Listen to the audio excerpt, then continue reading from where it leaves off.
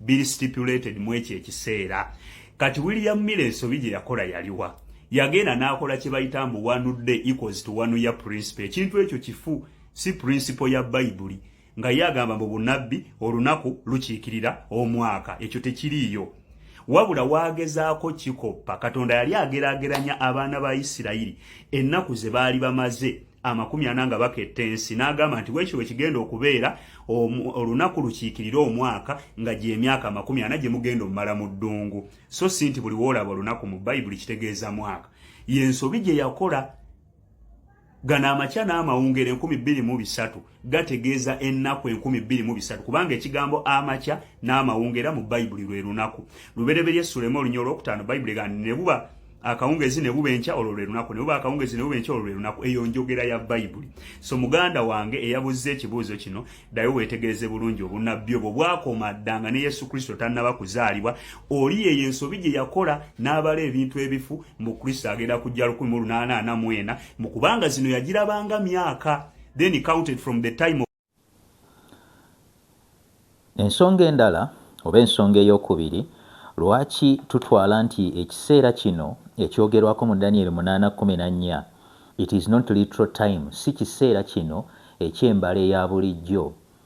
Ensonga endala gye tusanga mu kintu kino kye ngenda okwogerako mu Daniel essula y'omunaana olunya olusooka okutuuka ku lwokubiri, bwe weetegereza ekwolesebwa kwa Daniel 8 nga mwe muli n'ennaku 2023 zikavaringa period ki oba zikavaringa kiseera ki, zitwala budde kiwa kiseera ki, okwolesebwa okwo kwali kutwala kiseera ki. What was the scope of the vision of Daniel 8?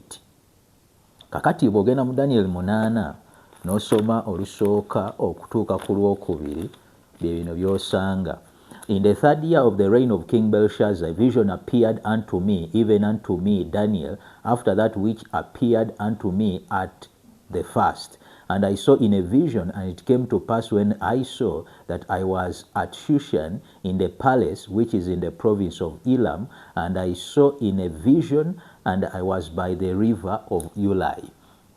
Kakati, Daniel wafuna okwolesebwa.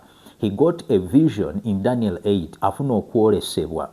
Era kuno okwolesebwa amala abuuza ekibuuzo mu 8:13 abuuza ekibuuzo agamba ekibuuzo kibuuzibwa. Then I heard one saint speaking, and another saint said unto that saint that which spake, How long shall be the vision? Nti okwolesebwa kuno kunaatwala kiseera ki? How long shall be the vision? Of course n'agattako n'ebimu ku biri mu vision eyo concerning the day n'ebirala ebifaanana bwe bityo. Kati ne Danieli yennyini yafuna okwolesebwa yayagala amanye ebikwatagana ku kwolesebwa okwo. Mu lunya olw'15 agamba, and it came to pass, even I, Daniel, had seen the vision. Vision okuvira ddala ku lunya olusooka gy'ayogerako. And sought for the meaning. Then, behold, there stood before me as the appearance of a man. Kakati bwe yali yeebuuza ku makulu g'okwolesebwa, then ne wabaawo yayimirira mu maaso ge. Of course kati Gabriel ajja gy'ali okunnyonnyola ebyali bikwatagana ku vision eyo. Jjukira mu 13 babuuza how long shall be the vision. Of course the vision erina okuba nga tuviira ddala eri encompassing the entire vision of Daniel 8. Kati amubuuza ddala okwolesebwa kuno kuna mala kiseera ki? How long? Ne Daniel n'ayagala okumanya amakulu g'okwolesebwa kwe yaweebwa oba kwe yafuna.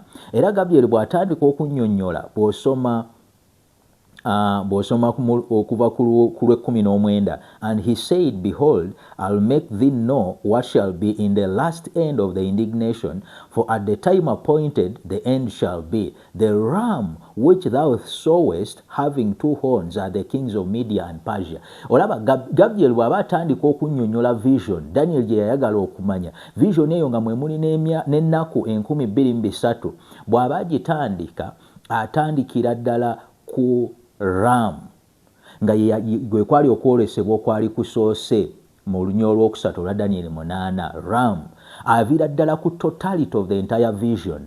oli bwe yabuuza how long ne bamugamba ennaku 23 kiba kitegeeza nti zino ennaku 23 zenkampasingiramu the totality of the vision, okwolesebwa kwonna okuli ezo ennaku 23 kulina akakwate ku kwolesebwa kwonna okuviira ddala kuram paka mu kiseera ekyomusango. Okuviira ddala kuram, he got, little horn, cleansing of the sanctuary, ekyo kyonna ekiseera zino ennaku 23 zirina akakwate ku kyo. Kati kitegeeza bw'otwala ennaku 23 okubeera ennaku ezaddala literal 200-300 days, ekyo ekiseera tekiweza na myaka 7 kuba kirimu emyaka nga 6 n'emyezi 4. Kati wekitegeeza bw'okitwala nti kiseera kyaddala tekisobola kukavalinga totality of the vision of Daniel 8. Tekisobola kukavalinga vision ya Daniel 8 okuva ku Ram. Tekisoboka. Kubanga okuva ku Ram okutuuka ku Higot n'ebirala ne little horn ne cleansing of the sanctuary awaliwo ebyasa by'emyaka. Naye nga bwe babuziza how long vision eyo weenaaba bagambye nti it will be 200-300 prophecy okuviira ddala ku vision eri mu bukulembeze obwasooka obwa Media and Persia. Eyo gye tutandikira. Era kyobulaba ne Gabriel bw'aba annyonnyola atandikira ddala ku Ram ng'amunnyonnyola vision eyo mu 13 kye babuuziza how long shall be the vision. Kiba kitegeeza nti bwe tuba tutwala ennaku zino okubeera nga they are literal days, tuba tugenda kusanga obuzibu kubanga tezisobola kavalinga yadde kiseera eky'obwakabaka obumu ku obwo obuli mu kwolesebwa okwo. N'olwekyo ekyo kitutegeeza nti this particular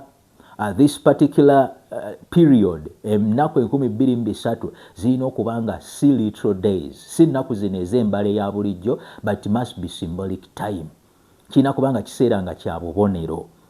Ensonga eyokusatu ngenda kubeera mu bufunze, naye ensonga eyokusatu yeeno nti mu Daniel 8:17 agamba, so he came near me, he came near where I stood, and when he came, I was afraid and fell upon my face. But he said unto me, understand, O son of man, for at the time of the end shall be the vision. Kitegeeza okwolesebwa Daniel kwafuna mu 8 kutuukira ddala paka ku time of the end. Kutuukira ddala paka ku kiseera eky'enkomerero, time of the end. 26:27 agamba, and the vision of the evening and the morning which was told is true. Nti okwolesebwa kwa evening and morning, it is the same vision. Gye bagambye nti ya nnaku 23, the vision of the evening and the morning which was told is true. Wherefore shut up the vision, for it shall be for many days. And I, Daniel, fainted and was sick certain days. Afterward I rose up and did the king's business, and I was astonished at the vision, but none understood it. Kitegeeza nti kuno okwolesebwa kwa 8 kwali kutuukira ddala paka ku time of the end. Kyokka waliwo portion eyali embikke nako nga mu kiseera ekyo yali tetegeerebwa. Mu kiseera kya Daniel yali tetegeerebwa, tewali yagitegeera. Portion ezimu zaali zitegeeka kubanga kyali kiseera kyazo. Jjukira obunnabbi bwe buba nga tebunnatuuka mu kutuukirira kwabwo, that is in the time of their fulfillment. Ebiseera ebisinga buba tebutegeerwa bulungi era oyinza obutabunnyonnyola kugenda wala until the time period reaches nga kwe kutuukirira kwabwo. Kati waliwo portion etaategeerebwa eyasiiringibwa. Era bw'osoma 12:4 n'olw'omusanvu, kandi usome mu Daniel olabe. But thou, O Daniel, shut up the words and seal the book even to the time of the end. Men shall run to and fro, and knowledge shall be increased. And I heard the man clothed in linen, which was upon the waters of the river, when he held up in the right hand and in his left hand unto heaven, and swear by him that liveth forever. And it shall be for a time, times, and half a time, when shall have accomplished to scatter the power of the holy people. All these things shall be finished. Ebyo kale ne bwe tutasoma naye olwokuna lulaga nti there is a portion of the vision which starts all the way eno gye tusoose emabega paka mu 12. Eyo eyali part embikkeko paka ku time of the end, era tewali yagitegeera mu kiseera ekyo.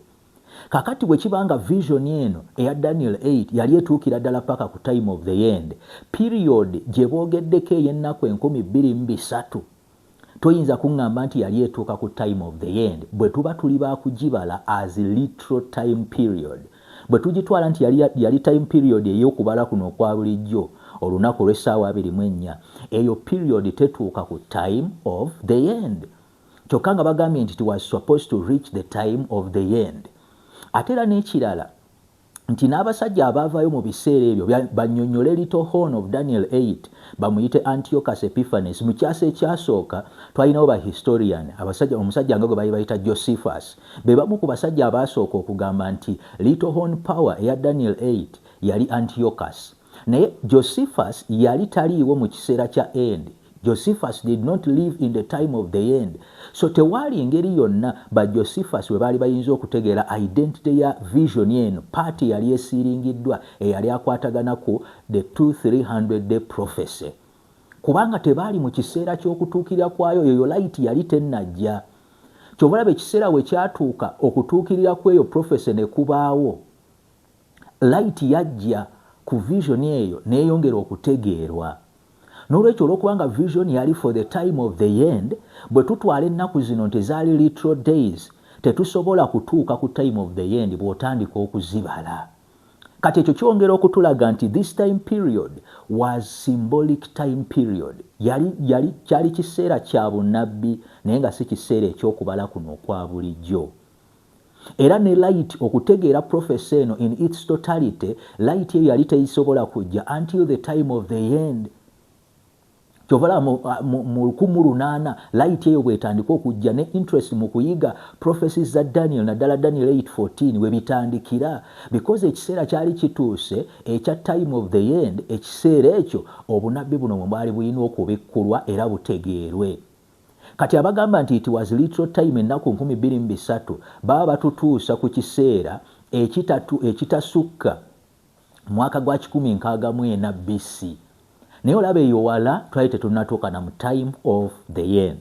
So ekyo kyongera otukakasa oba otulaga nti this time period tetusobola gitwala nti yali literal time period, erina okubanga yali symbolic time period. Then n'ekintu ekirala oba ensonga endala nga tweyongera okwetegereza ensonga endala nti bw'ogeraageranya Daniel 8:11 okutuuka ku 13 sigenda kusomayo 23 okutuuka ku 25 ez'ennyiriri bw'oba osobodde osobola ozisoma n'ozigeraageranya ne Daniel 11:31 okutuuka wansi essula gy'eggwerako, ojja kulaba nti king of the north yemu ne little horn power eya Daniel 7 ne Daniel 8. King of the north yemu ne little horn power eya Daniel 7 ne Daniel 8. N'ekyoteerabira nti this king of the north afuga paka ku Kristo wasetinga obwakabaka bwe, paka Kristo wateekawo obwakabaka bwe. Kati wabanga ali identical ne little horn of 7 and 8, ekibuuzo kiri nti abadifininga little horn nga Antiochus Epiphanes, ddala okufuga kwe kwatuuka paka Kristo wa establishingira obwakabaka bwe.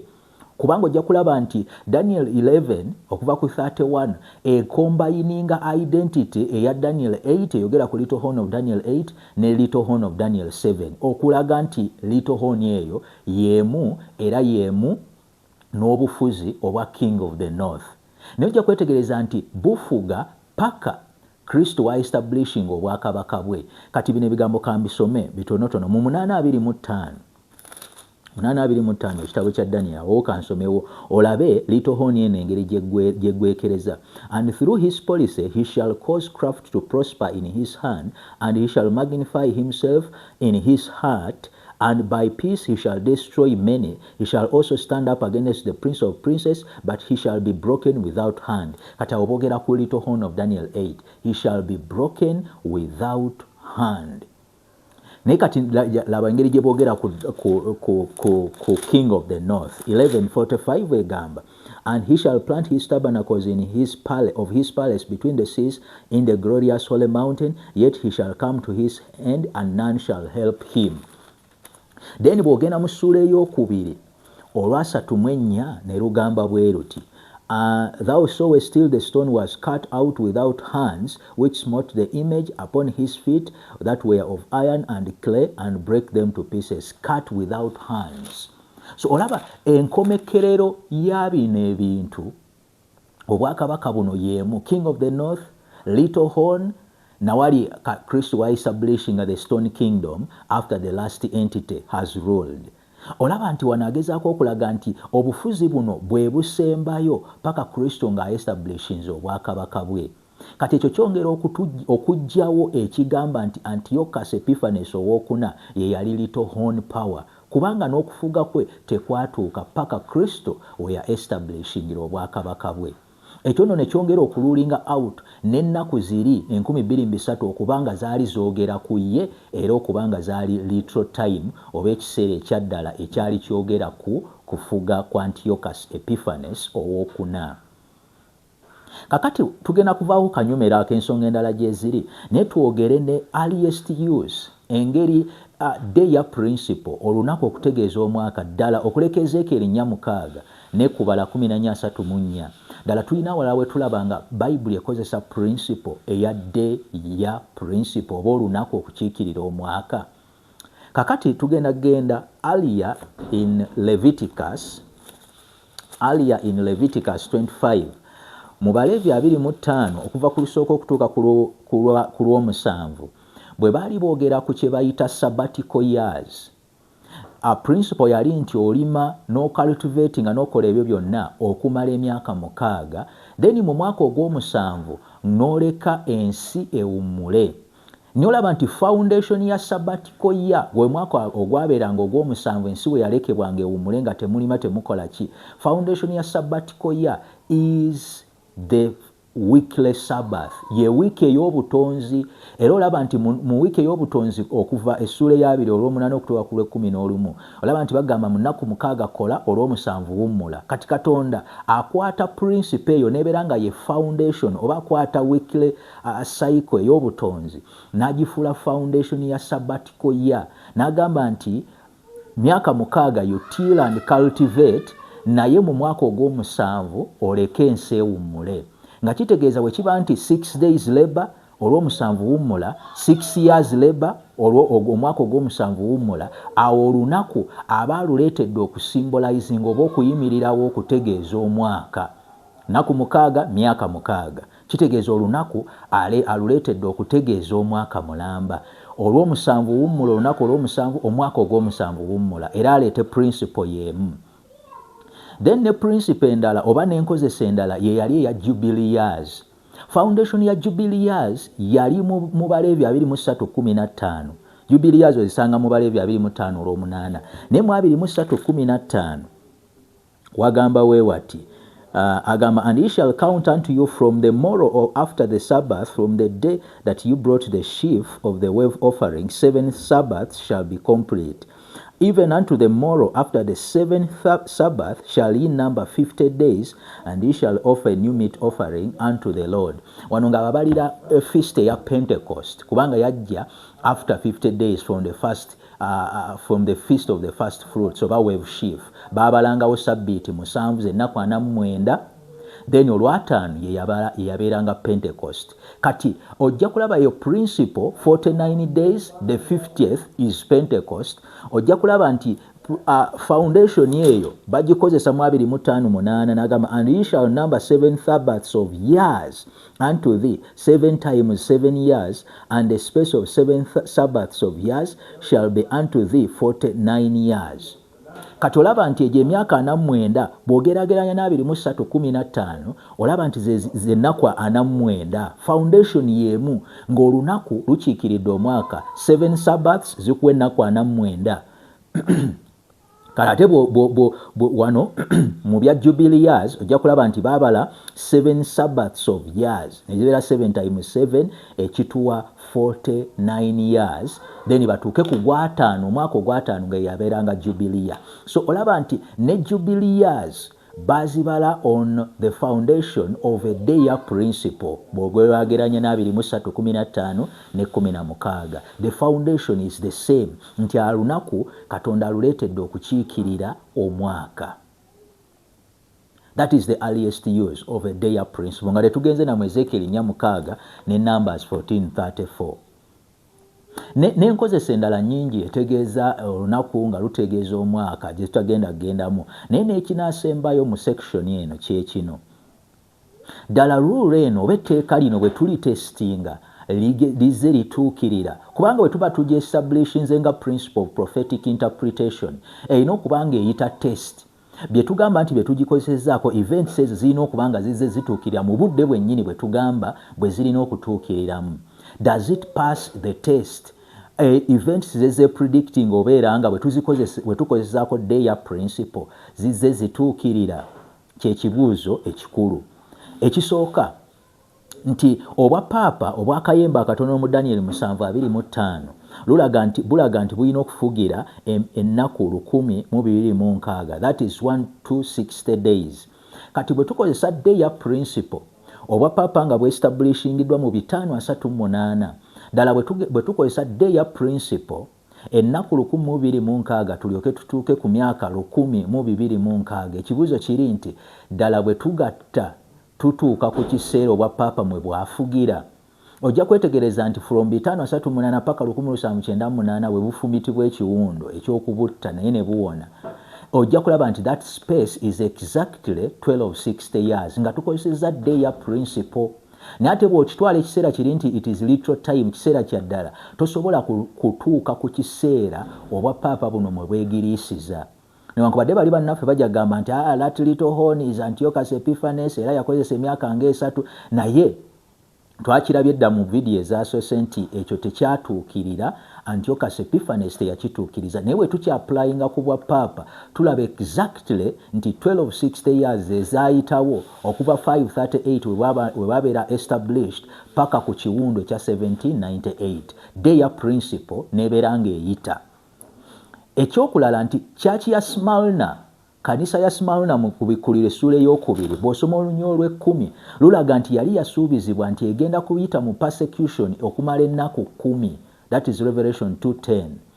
Naye ffe ennaku 10 tuzidefininga nti their principle eraga nti egyo gy'emyaka 10 olunaku nga lukiikirira omwaka, so ennaku 10 gy'emyaka 10.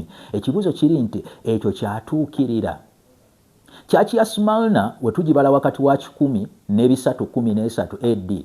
Ojja kwetegereza okuva ku mwaka gw'ekikumi ng'ekkanisa yasooka the Apostolic Church evuddewo, ojja kwetegereza nti from 303 3 paka 313, that is a space of 10 years, we tumanyi ebyafaayo ebiyitibwa Diocletian persecution. Diocletian yali emperor of the Roman Empire. Bwe tulaba okuyigganya ekkanisa ne bw'okisaakinga bajja kulaga nti we had a Diocletian persecution, naye official yatandika 313, naye official okuggalwawo it was 313 with the Edict of Milan. Era kyekyaleetera kyekyaleetera Edict of Milan okuleetebwa, that is by Emperor Constantine oluvannyuma. Ejja because of that Diocletian persecution lasting from 303 to 313. That is when it officially ended or terminated. Niolaba nti that space from 303 to 313 313 paka 313, the space is 10 years. Bible mu bunnabbi yaziyita 10 days, yaziyita ennaku 10. Kati nga bw'ogamba nti ennaku 10 kitegeeza n'ozitwala literally bano baali bagenda kuyigganyizibwa obutasukka na wiiki 2. Naye olwokubanga this is prophetic time we tukozesa their principle tulaba nga kifiitinga from 313 paka 313 ye space ey'emyaka 10 and yalagibwa ng'ennaku 10 ng'okozesa their principle okufuna okutuukirira kw'obunnabbi obwo. So ne tugitestinga ne ku Church of Smyrna that Diocletian persecution nga naye etuukirira obange efiitinga, kitegeeza principle tested era eri mu kuyitawo. N'ekirala nti bwe twebuuza ku kiseera kya French Revolution, bw'ogenda ku kiseera kya French Revolution mu kubikkula essula y'e11 bw'osoma olunya olw'9 kiraga nti baali bagenda kuleeta bano ba 2 witnesses which is the Old and the New Testament okubeera nga babaaningibwa, okubeera nga balayinga on street nga tebakyakola mulimo gwabwe. They would be banned. Churches were closed and Bibles banned. Naye bali batulaga ennaku 3 n'ekitundu kubikkulirwa bw'osoma 11 olw'omwenda lulaga nti and they of the people and kindreds and tongues and nations shall see their dead bodies 3 days and a half. ennaku 3.5 nga bayibuli ebaningiddwa oba egaaniddwa okusomebwa. That was during the French Revolution. Naye ekibuuzo kiri nti historically bw'ogoberera ebyafaayo ddala zaali ennaku 3.5? Ogenda okwetegereza nti tezaali nnaku 3.5, wabula buno obudde obuli wano bwali prophetic, nga bw'okozesa edde for a year ofuna emyaka 3.5. Exactly egyo emyaka gyatuukirira exactly okuva 1793 paka 1797, okuva mu Maachi okutuuka eyo nga mugwe 11, emyaka gyalinga 3.5. Era emyaka 3.5 wejjaggwako exactly ne baddamu ne bazikkiriza. So olaba nti naawo during the French Revolution okubaninga Bible n'okugala amakanisa, ziri ennaku 3.5 Bible zeeyogerako zaali zikiikirira emyaka 3.5 wakati wa 1793 ne 1797 during the French Revolution. So olaba nti nawano therefore ya principle eri tested neeyitawo. Then n'ekirala kyekikwatagana ku wiiki 7. Omanyi bano abasajja abagezaako okwewala dde ya principle bwe batuuka ku wiiki 7 zo bazinnyonnyola bulala, naddala ba futurists zo bazinnyonnyola bulala bagamba those are weeks of years. Newankubadde nga n'ekigambo ekiri awo ekitegeeza week kyekikozesebwa wonna, ate nga wonna wekikozesebwa kitegeeza week of 7 days. Naye olw'okuba we basoma mu Daniel 10:2 ne 3 bino abamanyi school of prophetic interpretation ya futurism bayinza okuba nga babitegera, nyinza obutabinnyonnyola nnyo. Naye bwe basoma Daniel 10:2-3 bateekawo okusinziira ku Hebrew weeks of days. Daniel fasted 3 full weeks of days. Ne bagamba olw'okubanga mu Daniel 9:25 tewaliiwo weeks of days wabula weeks, kitegeeza ne context kitegeeza those are weeks of years. Kati lwaki baziyita weeks of years? Ekizibayisa weeks of years bagezeeko okwewala day ya principle gikozesa directly. Baddire 70 bakubiseemu 7 bafune 490 baziyite years, beewala okukozesa day ya principle. Naye ekyamazima nti ate ne mu kugyewala ogikozesa still bamaliriza bagiconfirminze. Because mugamba nti 70 weeks zitegeeza 490 years, fe tumanyi nti ati 70 times 7 490 days, ekitugenda tutwala mu day ya principle tugambe nti those are 490 years. Bamaliriza bagiconfirminze newankubadde bo bayitira eri ti these are weeks of years not weeks of days. Newankubadde ekigambo shabua ekitegeeza week bw'ogoberera awalawo ekikozesebwa emirundi 19 awalala kitegeeza week of days not week of years.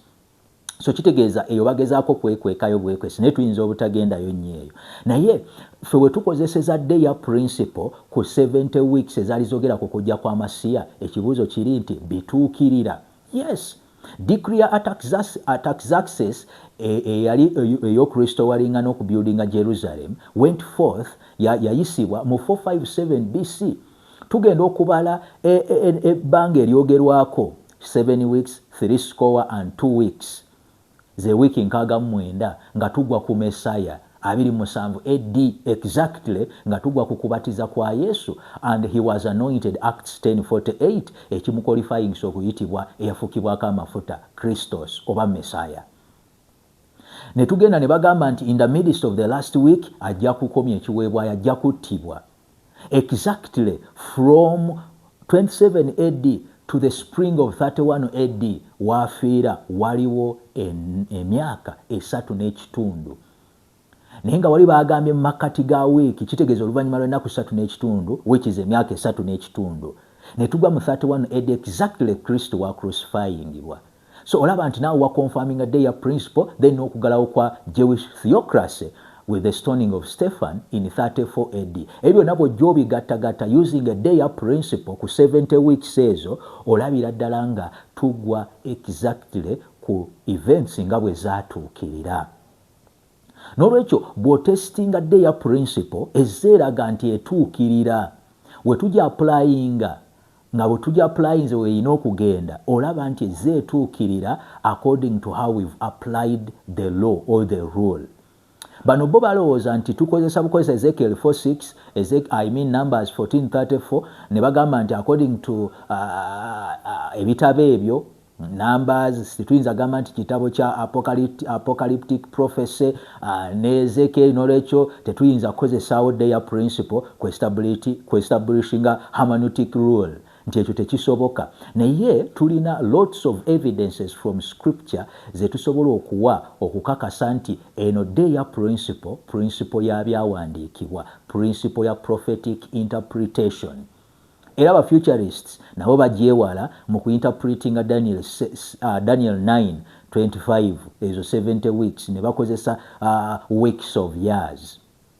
Naye nga ne mukozesa ekyo they are still confirming our day for a year principle. N'olwekyo owooluganda bwe yabadde agezaako okugamba nti day for a year principle tekola, nyina reasons nyingi. Tulina reasons, over 20 reasons why we apply the day for a year principle. Tuwaddeko reason teziweze na 10.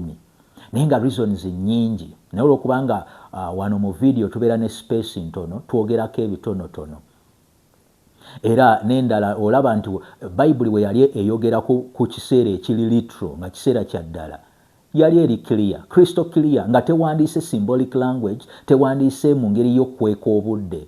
Bwe yayogera ku myaka 4 abaana ba Isirayiri gye baamala Misiri 400 years, bwe yayogera ku myaka 3 n'ekitundu mu biseera bya Elijah bw'osoma Yakobo essula ey'okutaano, it was still literally stated ng'eri clear, that was the time.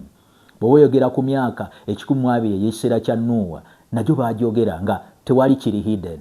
So Bayibuli bwe yali eyogera ku biseera ebitali hidden ebiri literal era yabyogera literally. Naye lwaki ku bino ebiseera yayogeranga bwetyo? Because this time was symbolic era nga twali tulina okukozesa rule endala okutegeera oba okwanlockinga ebikwatagana ku time prophecies ezo.